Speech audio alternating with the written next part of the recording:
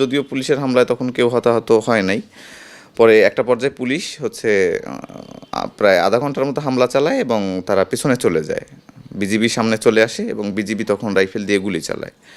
আর তখন আমি পাখির মতো প্রাণগুলো ঝরে ঝরে যেতে দেখি এবং হচ্ছে আমার কাছে সবচেয়ে নির্মম যে একটা ঘটনার আমি দেখি একটা পথশিশু, হয়তো ওকে দেখে তাই মনে হচ্ছিল 10 কি 8 বছর হবে বয়স। তো হচ্ছে ওই ছেলেটার এখান দিয়ে একটা গুলি লাগে, এই হাতটা ছিঁড়ে প্রায় 5 থেকে 7 ফিট দূরে চলে যায়। ছেলেটা রাস্তায় ছটফট করতে করতে মারা যায়। এবং সেই সাথে ওই সময় কারো বুকে, কারো কোমরে, কারো হচ্ছে যে মাথায় গুলি লেগে মারা যায় এবং যারা সুস্থ সবল ছিল তারা লাশগুলো টেনে নিয়ে যেতে থাকে। আমার পাশেই যে ছেলেটা ছিল খুবই সুন্দর, বয়স আমার থেকে কম, ওই ছেলেটার এই চোখের এখান থেকে গুলি ঢোকে, মাথার পেছন দিয়ে বের হয়ে যায়। তার আগে আমার হাতে গুলি লাগে।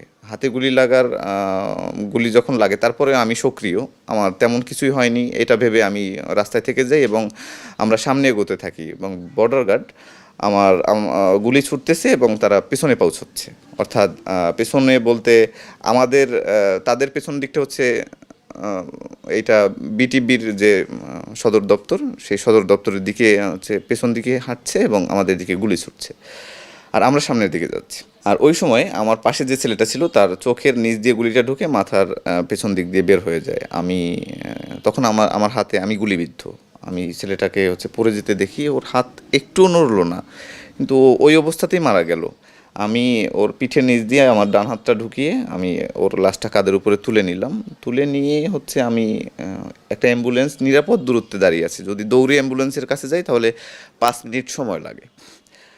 আমি ওর লাশটা নিয়ে ওই অ্যাম্বুলেন্সের উদ্দেশ্যে রওনা হলাম। ওই সময় হচ্ছে যে আমার পেছন দিক দিয়ে হচ্ছে যে আরেকটা গুলি করা হয়, আমি মাটিতে পড়ে যাই এবং আমি চিৎকার করি। তখন আমি হচ্ছে আমার আশেপাশে থাকা মানুষজনের কাছে যে হেল্প চাই, যে আমার পাশে একটা লাশ, আমি আহত, আমাদেরকে হচ্ছে একটু হেল্প